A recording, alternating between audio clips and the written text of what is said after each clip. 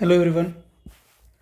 आज के इस सीसैट के सेशन में मैं आप लोगों को नंबर सिस्टम जो सीसैट का एक इम्पोर्टेंट चैप्टर है, जिसमें हम देखेंगे कि वेरियस कॉन्सेप्ट्स और वेरियस फॉर्मूलीज़ है जिनके बेसिस पे यूपीएससी में सीसैट के पेपर में बहुत बार क्वेश्चंस पूछे हैं और ऐसे बहुत से क्वेश्चंस हैं जहां आप इनके कॉन्सेप्ट्स का यूटिलाइजेशन कर सकते हो।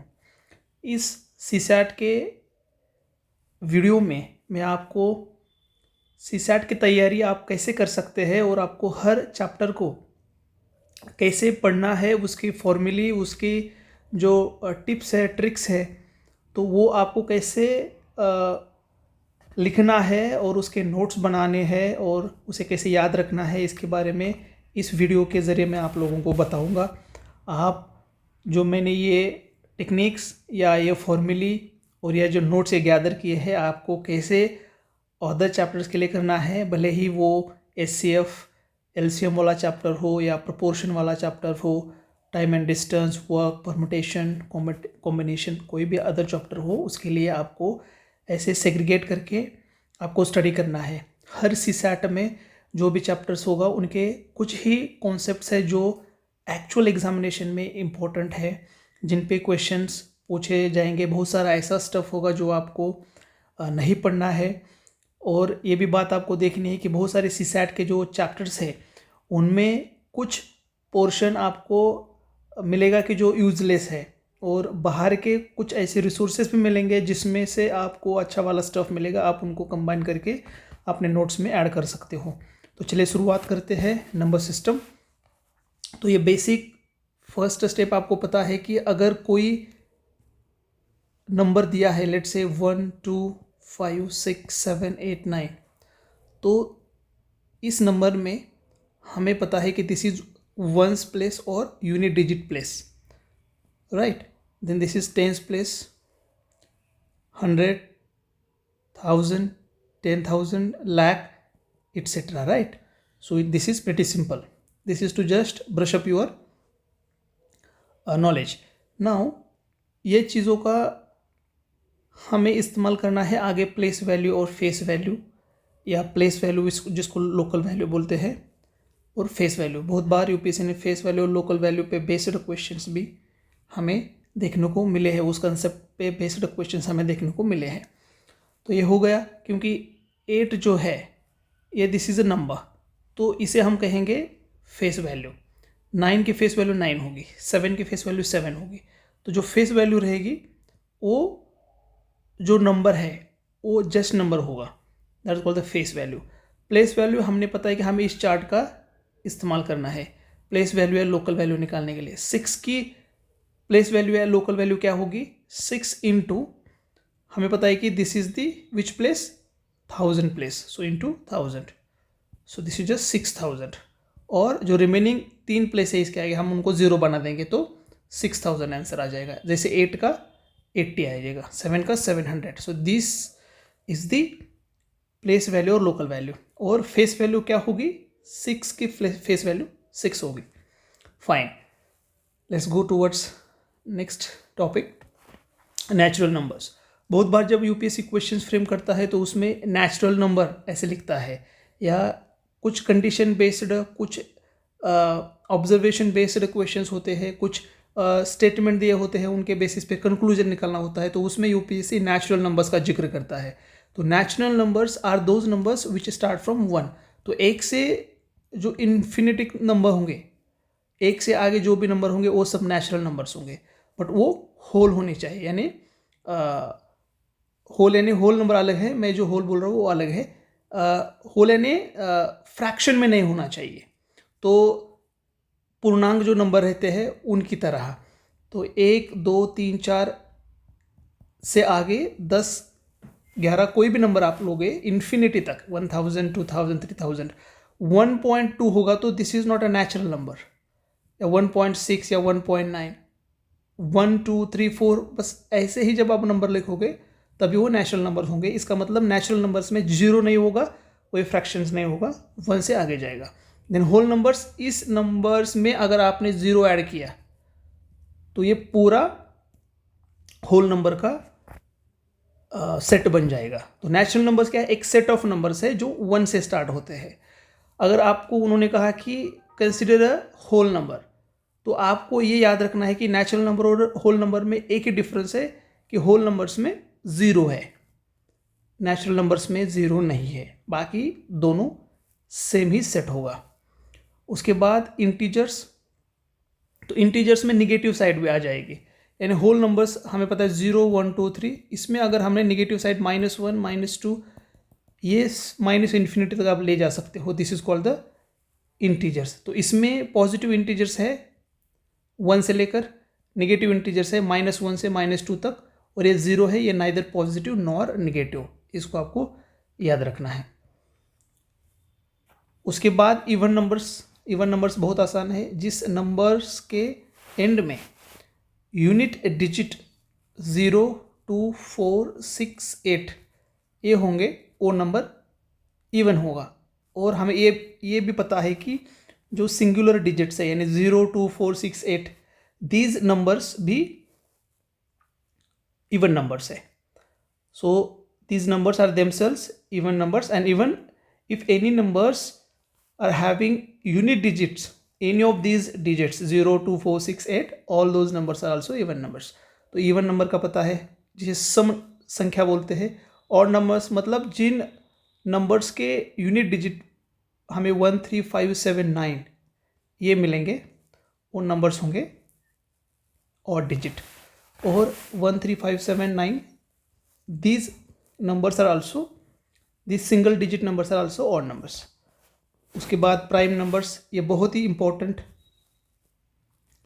नंबर्स सीरीज़ है, बिकॉज हमेशा आप यूपीएससी में प्राइम नंबर्स के बेसिस पे एक कम से कम क्वेश्चंस आपको मिल ही जाएगा।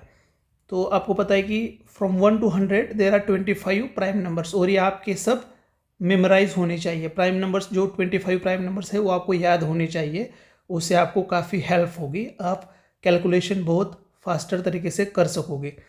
तो ये 2 to 97 तक ये डिफरेंट प्राइम नंबर्स है जो आपको याद होने चाहिए, because these numbers will help you. उसके बाद कंपोजिट नंबर्स। सो कौन से नंबर कंपोजिट नंबर्स है? So you must remember all these prime numbers which are very important. उसके बाद composite numbers are those numbers which are not prime. तो prime numbers को अगर आपको डिवाइड करना है तो prime numbers will be divided only by 2 numbers, by digit 1 and by that number itself. अगर 17 है तो 17 will be divided by 1 and 17।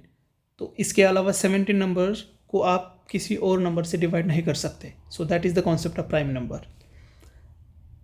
तो ये प्राइम नंबर छोड़ के जो भी अदर नंबर्स होंगे, 4 है, 6 है, 8 है, 9 है, all these numbers are composite numbers. और कंपोजिट नंबर्स और प्राइम नंबर्स में आपको एक चीज़ याद रखना है कि 1 is not composite not prime number.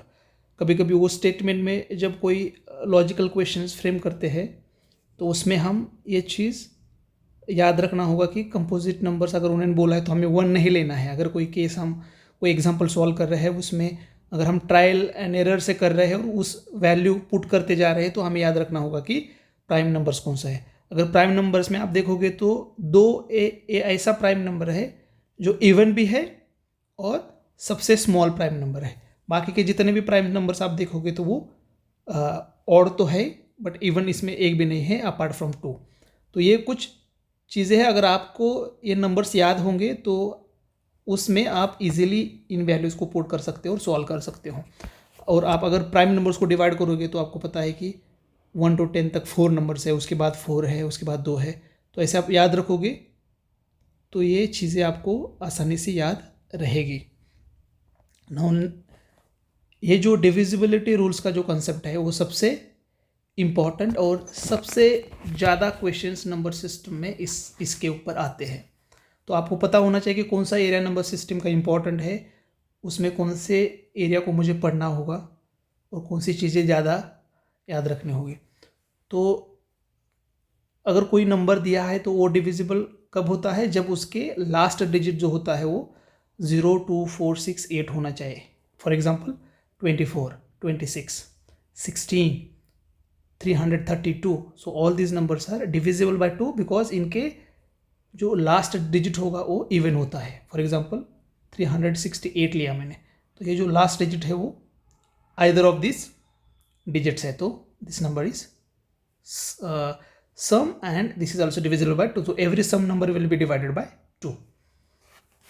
उसके बाद 3 की डिविजिबल टेस्ट में आपको पता है कि कोई भी नंबर जो दिया होता है उसमें जो डिजिट्स होते हैं उनकी आप एडिशन करोगे, और अगर उन डिजिट्स को 3 से डिवाइड होता है, उन डिजिट्स के एडिशन को अगर आप 3 से डिवाइड करोगे और रिमाइंडर 0 आ गया तो आपका वो नंबर 3 से डिवाइड होगा। फॉर एग्जांपल मैंने 369 नंबर लिया, तो इसके सभी डिजिट्स की मैंने एडिशन कर ली। 3 + 6 9, 9 + 9 18, तो 18 को आप 3 से कंप्लीटली डिवाइड कर सकते हो, यस, और रिमाइंडर भी 0 आएगा, तो ये number is divisible bye 3। Otherwise अगर आपकी डिवीजन नहीं जाती है तो वो नंबर 3 से डिवाइड नहीं होगा।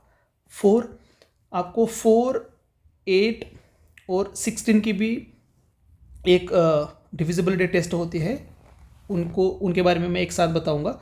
फॉर एग्जांपल आपके पास नंबर है 324, तो इस पूरे नंबर को अगर आपको 4 से डिवाइड करना है तो आपको आखिरी के 2 डिजिट लेना है सिर्फ। तो इस लास्ट के 2 डिजिट से जो नंबर बनेगा अगर उसको आप 4 से डिवाइड करते हो और अगर वो डिविजिबल होता है तो ये पूरा नंबर आपका 4 से डिवाइड होगा।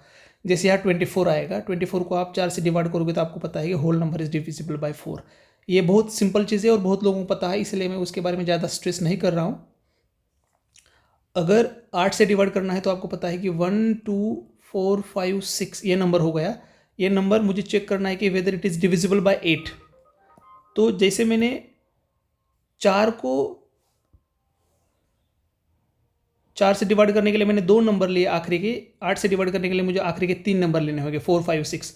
तो इसको मैं 8 से डिवाइड करूँगा तो मुझे पता चलेगा कि अगर ये 3 डिजिट नंबर 8 से डिवाइड है तो whole number will be divided by 8। तो ये है 8 की डिविजिबिलिटी टेस्ट। वैसे 16 की क्या होगी, लास्ट के 4 डिजिट होंगे। तो 4 में लास्ट के 2 डिजिट, 8 में लास्ट के 3 डिजिट और 16 में लास्ट के 4 डिजिट लेके जो भी नंबर बनेगा अगर वो उससे डिवाइड होता है तो होल नंबर भी उससे डिवाइड होता है। उसके बाद 5 की डिविजिबिलिटी टेस्ट आसान है, अगर 0 और 5 यूनिट प्लेस पे होगा तो वो नंबर 5 से डिवाइड होगा। 6 से एक चीज़ याद रखना, 12 से हो सकता है, 6 से हो सकता है, उसके बाद 14, 15 भी हो सकता है, 18, राइट। तो ये नंबर होते हैं जो आपको कभी कभी इन नंबर से गिवन नंबर डिविजिबल है कि नहीं ये चेक करना होता है। इस केस में आप देखोगे कि 6 की डिविजिबिलिटी टेस्ट है, अगर उस नंबर को 2 और 3 इन दोनों से डिवीजन हो गया तो वो नंबर 6 से डिवाइड है। तो इसमें आप देखोगे कि जो 2 फैक्टर्स है 2 और 3, इसमें से कम एक फैक्टर प्राइम है। तो उसी तरह आपको 14 को भी 2 इसमें लिखना है, 2 फैक्टर्स के और 2 नंबर्स के मल्टीप्लिकेशन में लिखना है। 14 can be written by 2 × 7, 15 can be written by 3 × 5, 18 can be written 3 × 6। इनमें आपको पता है आइदर 1 नंबर क्या है, प्राइम नंबर है। तो फिर एक बार अगर आपने उसको 2 फैक्टर्स के मल्टीप्लिकेशन में लिखा तो आपको दोनों से उस नंबर को डिवाइड करना है। फॉर एग्जांपल 3, 5, 6, 7 नंबर दिया है, तो इसको मुझे चेक करना है whether it is divisible by 15। तो मैं 15 के 2 फैक्टर्स मैंने 3 × 5 किए जिसमें एक कम से कम एक प्राइम है, ओके, मिल गए फैक्टर्स। उसके बाद मैं 3 से डिवाइड करूंगा इस नंबर को और 5 से डिवाइड करूंगा। अगर दोनों से डिवाइड होता है तभी जाके ये नंबर पूरा 15 से डिवाइड होगा। सिर्फ एक से डिवाइड होता है और दूसरे से नहीं होता है तो उस केस में वो डिविजिबिलिटी टेस्ट नहीं है, उसमें उस केस में 15 से डिवाइड नहीं होगा।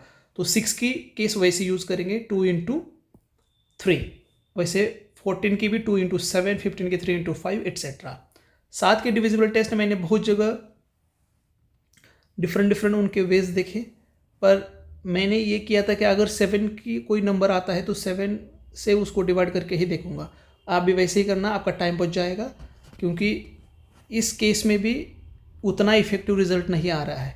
तो आई वुड से whenever there is question given and you have to divide it by 7, you do it manually. Then 8 की हमने देखी है, 9 की 3 के सिमिलर होगी। जैसे 3 की डिविजिबिलिटी टेस्ट में हमने उस नंबर के सभी डिजिट्स के एडिशन करके उसको 3 से डिवाइड किया था, और उस केस में अगर वो नंबर 3 से पूरी तरह डिवाइड होता है तो वो पूरा नंबर 3 से डिवाइड होगा। उसी तरह अगर उस नंबर के सभी डिजिट्स की हमने एडिशन की और अगर वो एडिशन 9 से डिवाइड होती है, रिमाइंडर 0 आता है, तो वो पूरा नंबर 9 से डिवाइड होगा। फॉर एग्जांपल 1 2 6 ये नंबर ले लिया, अगर इसको 9 से डिवाइड करना है तो I will add all the digits of this number, 6 plus 2 plus 1, so addition is 9. Now 9 is divisible by 9, so this whole number is divisible by 9. अगर आपको इसको 9 से मैन्युअली डिवाइड करके देखोगे तो आपको पता है कि दिस इज द आंसर। उसके बाद 10 की डिविजिबिलिटी टेस्ट आसान है, जिसके एंड में 0 होना चाहिए। नाउ 11 की जो डिविजिबिलिटी टेस्ट है उस पर भी काफ़ी क्वेश्चन आया है, तो 9 की जो 11 की डिविजिबिलिटी टेस्ट है उसको एक बार हम अच्छी तरह से देखते हैं।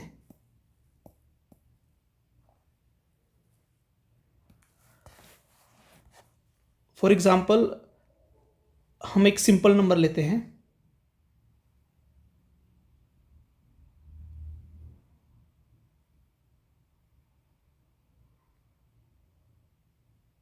ओके। तो जब भी किसी नंबर 11 से डिवाइड है या नहीं ये देखने के लिए उस नंबर के अल्टरनेटिव जो डिजिट्स है उनकी हम एडिशन करेंगे। तो इसके बाद ये अल्टरनेटिव नंबर है और इसके बाद ये अल्टरनेटिव डिजिट्स है, तो 4 + 1 + 1 सो 6 हो गया, और ये जो रिमेनिंग दो नंबर है अल्टरनेट उनकी एडिशन हो गई 6। तो ये जो दो एडिशन होंगी, ये होगी A1, ये होगा A2। तो इनमें से एक दूसरे से एक एडिशन, ये जो एडिशन है एडिशन 1 एडिशन 2, तो इनका हम डिफरेंस लेंगे।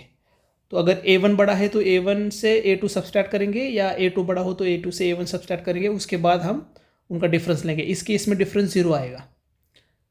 तो जब भी ये डिफरेंस 0 आता है या इन द मल्टीपल ऑफ 11 आता है, यानी 11, 22, 33 ऐसा आएगा, तो उस केस में ये पूरा नंबर 11 से डिवाइड है।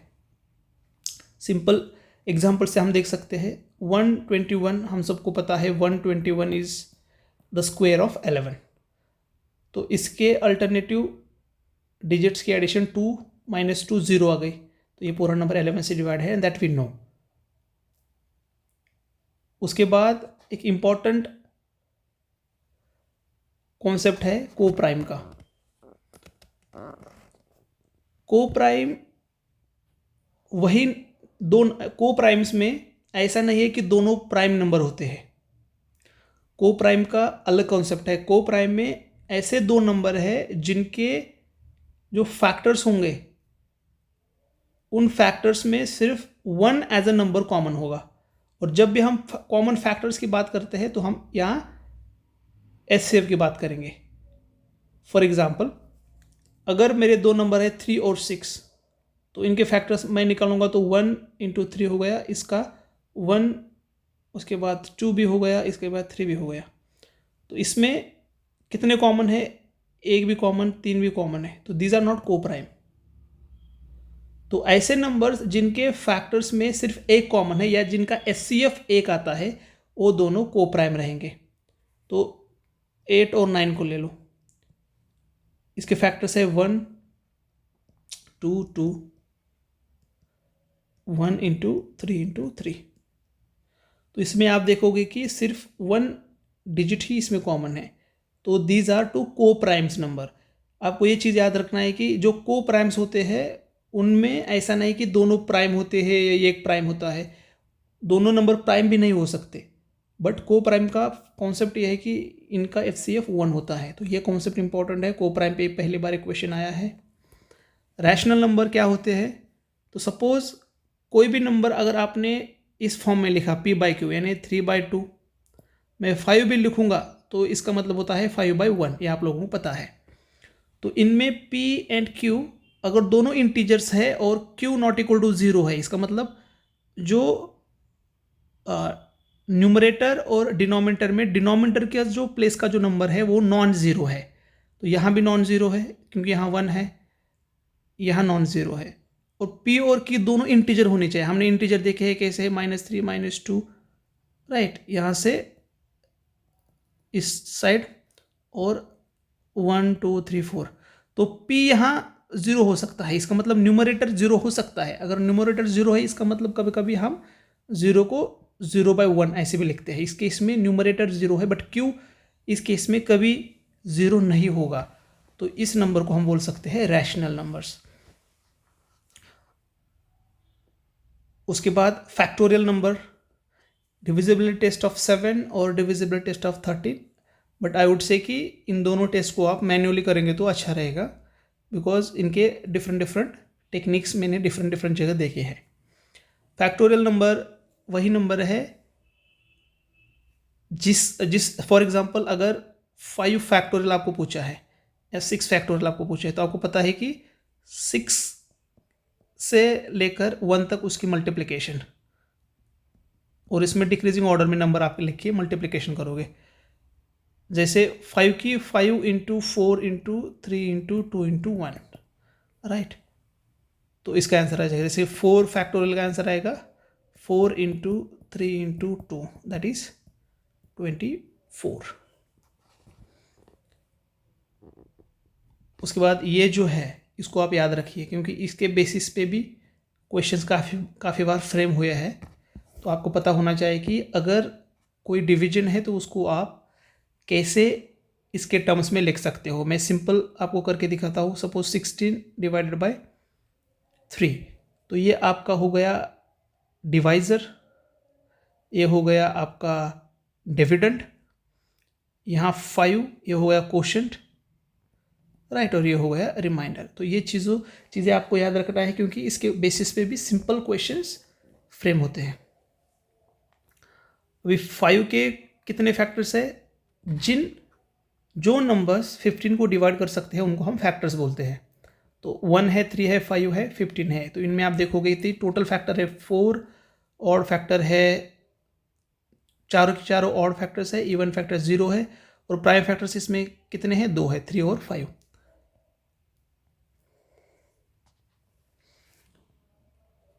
अब क्वेश्चंस क्या हो सकता है कि कितने फैक्टर्स है गिवन नंबर के, तो आपको ऊपर आइडिया आ गया होगा कि फैक्टर्स क्या होते हैं और कितने होते हैं।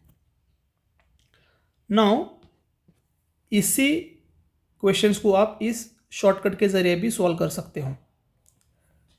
तो सपोज कंपोजिट नंबर है 15 और it is converted into the product of prime numbers 3 और 5, तो इस केस में नंबर ऑफ फैक्टर्स कितने होंगे? तो जो यहाँ 1 है और यहाँ जो एक 1 है, इसको आपको +1 देके मल्टीप्लाई करना है। फॉर एग्जांपल ये 1 है, 1 + 1 यहाँ 2 हो गया, और ये 1 + 1 2 हो गया, 2 × 2 4। तो आपको पता है ऊपर टोटल फैक्टर्स कितने आए हैं? 4 आया है, राइट। इसी तरह 60 को अगर आप नंबर ऑफ प्राइम फैक्टर्स में लोगे तो आपको पता है कि क्या हो सकता है सिर्फ प्राइम फैक्टर्स में। 2 ×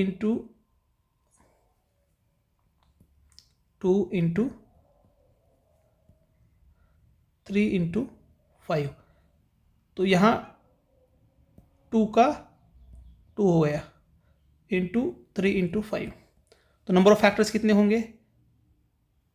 तो 2 + 1 3, into 1 + 1 2, into 1 + 1 2, 3 × 6 × 2 12। So number of factors of 60 12 हो गए। तो ये आप याद रखिए, how you calculate the number of factors of any composite number. आप उसको मल्टीप्लिकेशन ऑफ प्राइम नंबर्स में करोगे, फिर उसके जो पावर्स है उसमें हर इसमें 1 ऐड करोगे और उनका मल्टीप्लिकेशन करोगे, that is the total number of factors of any composite number. Odd factors क्या होंगे? आप इसमें सिर्फ ऑड प्राइम नंबर्स ही कंसिडर करोगे और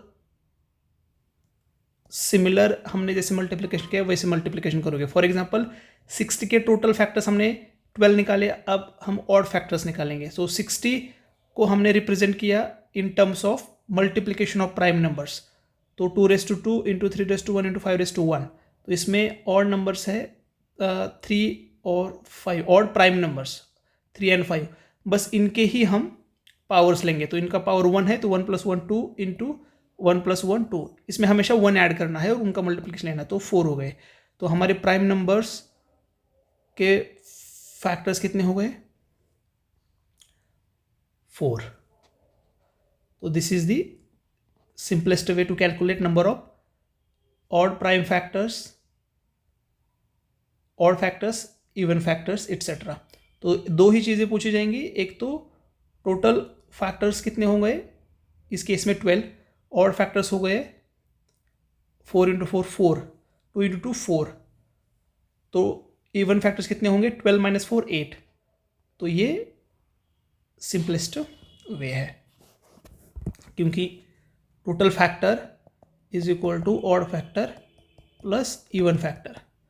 तो इवन फैक्टर आपने निकाल ऑड फैक्टर आपने यहाँ निकाल दिए, जैसे कि प्राइम नंबर जो ऑड प्राइम नंबर्स होंगे उनके ही आप सिर्फ पावर्स लोगे और उसके ऊपर कैलकुलेट करोगे। अब ये जो है ये सेकेंड मोस्ट इम्पॉर्टेंट है नंबर सिस्टम में आफ्टर डिविजिबिलिटी टेस्ट, जिन पे ज़्यादा से ज़्यादा क्वेश्चंस आते हैं। आपको एक सीरीज़ दी होती है जिसमें सपोज 2 4 6 8 डैश, तो इनमें आपको पूछा जाता है कि इसका 51st नंबर कौन सा होगा इस सीरीज़ का, या इस सीरीज़ में अगर मैंने 2 से 262 तक इस नंबर को लिखा तो इन सब की एडिशन कितनी होगी।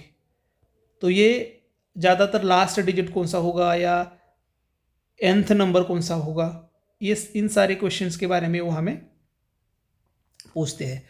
तो इसके लिए इस फॉर्मूले को आपको याद ही रखना है और ये बहुत इंपॉर्टेंट है। तो अगर इसमें आप देखोगे तो ये मेरा नंबर सीरीज़ में सिंपल नंबर सीरीज लेता हूँ 7 11 15 डैश डैश। तो इसमें मेरा फर्स्ट टर्म क्या है 3 है, राइट। डिफरेंस क्या है, डिफरेंस यूनिफॉर्म है।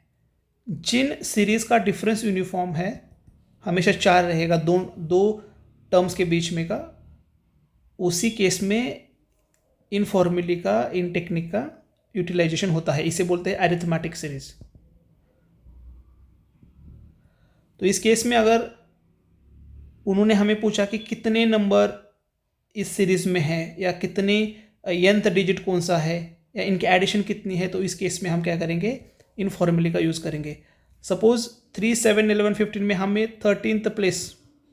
13th डिजिट निकालना है, तो हम क्या करेंगे, ये है यल लास्ट टर्म, सपोज हमें 13th प्लेस निकालना है, तो हम क्या करेंगे, ये मतलब फर्स्ट टर्म इसका है 3 प्लस हमें 13th निकालना है, तो ये हो गया 13 माइनस 1, डिफरेंस कितना है 4 है, तो हम 13th इससे निकाल सकते हैं। I am not explaining this in detail, I just want to tell you about फॉर्मूले and concepts and how you can write those formulas concepts in your notes and how just you can revise it and what all things are needed to be added into your notes in the number system।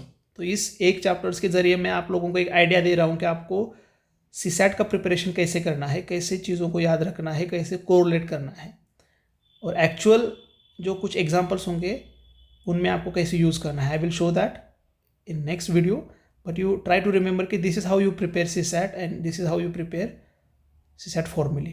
SN क्या है कि इन series में suppose मैंने 3 7 11 से 13th place तक लिखा, तो 13th कौन सा आएगा नंबर इसमें, 3 + 12 × 4 48 + 3 51। लेट से 13th प्लेस इस सीरीज़ में आएगा 51।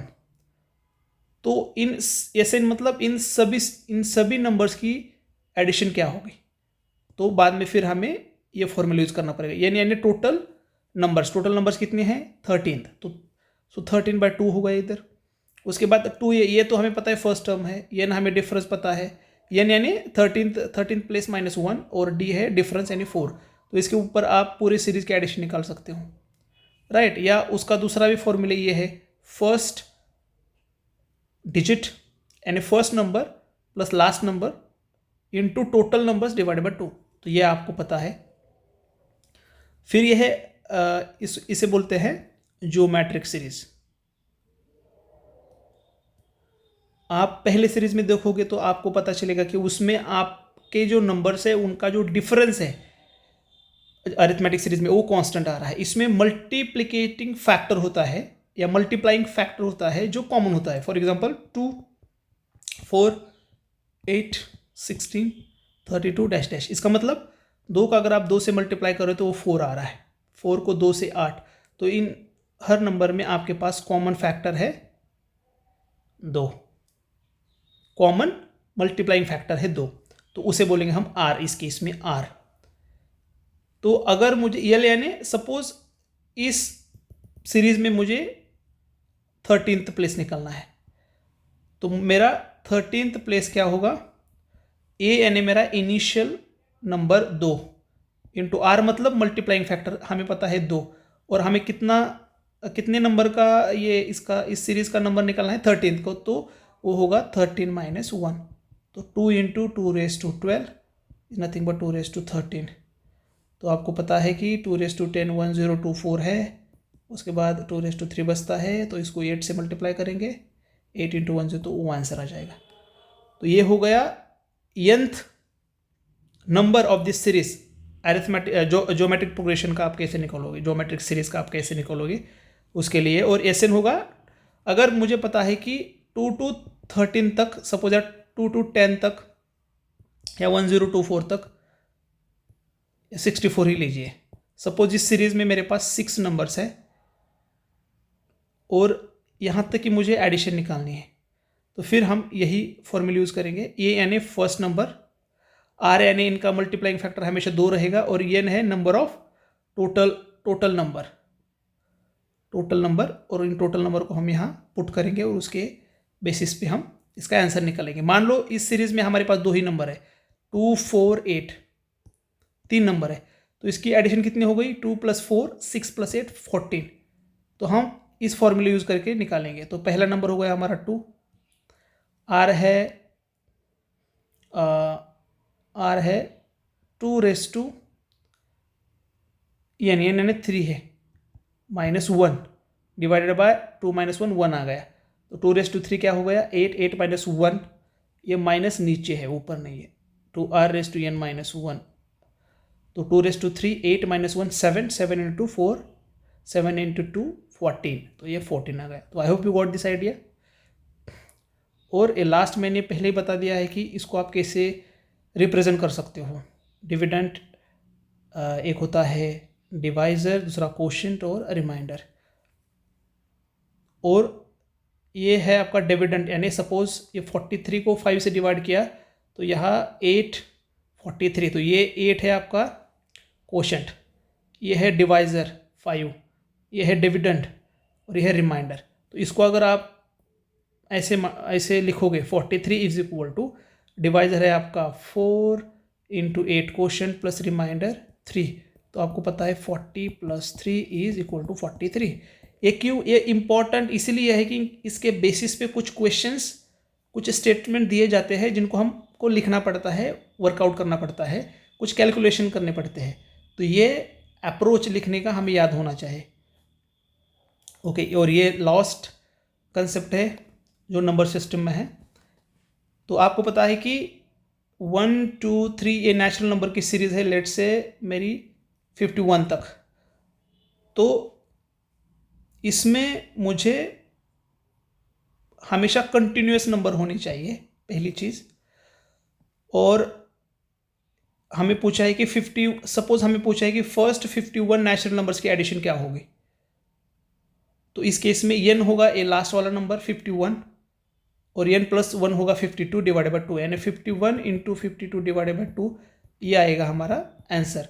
तो मुझे सपोज 1 से 10 तक की एडिशन पूछे, हमें पता है कि एडिशन 55 है, बट इस फॉर्मूले से हम नेचुरल नंबर कैसे निकालेंगे, क्योंकि इनकी हर डिजिट, हर जो सीरीज़ होगी वो नेचुरल नंबर की सीरीज़ होगी, बीच में कोई मिसिंग नहीं होगा, और वो स्टार्ट 1 से होगा, तभी ये जाके हम फॉर्मूला यूज़ करेंगे। 10 × 11 डिवाइडेड बाय 2, 55, तो ये हमेशा किस काम में आएगा, 1 to, अगर कोई नंबर n है तो वहाँ तक की एडिशन कैसे निकालेंगे। सपोज आपको दिया है कि n1 सपोज मेरा नंबर है n1 यहाँ, उसके बाद इस बीच में कुछ नंबर्स है और n2 है, हमें उन्होंने बस यहाँ से यहाँ तक ही एडिशन पूछी है। तो हम क्या करेंगे, पहले यहाँ से यहाँ तक एडिशन निकालेंगे, इस फॉर्मूले से 1 to n2 और 1 to n1 की निकालेंगे और सब्सट्रैक्ट करेंगे। तो ये कॉन्सेप्ट आपको बाद में यूज़ करना है, ये लॉजिक का पार्ट है, बट आपको ये चीज़ पता होनी चाहिए। अगर आपको ये चीज़ पता है तो उसके बेसिस पे आप इसको कैलकुलेट कर सकते हो। दूसरा वाला जो फॉर्मूला है वो, पहला वाला फॉर्मूला है 1 to डैश डैश n तक की एडिशन निकालने का। सेकेंड वाला फॉर्मूला है स्क्वेयर्स की एडिशन निकालने का, मतलब 1 स्क्वेयर, 2 स्क्वेयर है 4, 3 स्क्वेयर है 9, 4 स्क्वेयर है 16, ऐसे अगर n स्क्वेयर तक दिया है आपको तो यानी 149 n स्क्वेयर तक दिया है, तो इन नंबर की एडिशन आपको क्या हो गया अगर इन्होंने पूछा, तो आप इस फॉर्मूले का यूटिलाइजेशन करोगे। इसका मतलब n है यहाँ, सपोज n है 10 स्क्वेयर तक पूछा है इन्होंने, यानी n हो गया 10, तो आप इसको रख सकते हैं 10 × 10 + 1 × 21 / 6, तो इसका आंसर आ जाएगा। और n क्यूब है, अगर आपको 1 क्यूब 2 क्यूब कंसिस्टेंटली आपको n क्यूब तक निकालना है, इसका मतलब 1 का क्यूब हो गया 1, 2 का क्यूब हो गया 8, 3 का 27 एटसेट्रा, n क्यूब तक दी, तो इन नंबर्स की एडिशन क्या होगी, इसके लिए आप इस फॉर्मूले को यूज़ कर सकते हो। तो these are formulae and concepts from number system. तो इस रिवीजन सीरीज या रिवीजन वीडियो का मेरा पर्पज़ ये था कि आपको सीसैट कैसे प्रिपेयर करना है। अगर आप नंबर सिस्टम को प्रिपेयर कर रहे हो तो आपको किन चीज़ों का याद रखना है। अगर आप ऐसे करोगे तो आपके पास फॉर्मूले हो जाएगी, आपके पास कंसेप्चुअल अंडरस्टैंडिंग हो जाएगी, और इनके बेसिस पे आप प्रीवियस ईयर के क्वेश्चन सॉल्व करो तो आपका आइडिया बिल्डअप होगा। और यही अप्रोच आपको हर सीसैट के चैप्टर्स में करना है, उनके कुछ फॉर्मूलेस निकालनी है, कुछ ट्रिक्स निकालनी है। एक बार आपका कंसेप्चुअल अंडरस्टैंडिंग फॉर्मूले अगर क्लियर हो गई तो उसके बेसिस पे आप क्वेश्चन सॉल्व कर सकते हो। इसके बाद आपको प्रीवियस ईयर क्वेश्चन सॉल्व करने चाहिए और हर चैप्टर के सॉल्व्ड क्वेश्चंस को देखना चाहिए, तो आपकी अंडरस्टैंडिंग ज़्यादा डेवलप होगी। I will try to utilize these concepts of the number system in solving previous year's questions in next video. So I hope you got idea how to prepare for CSAT of UPSC Civil Service Examination. Thank you.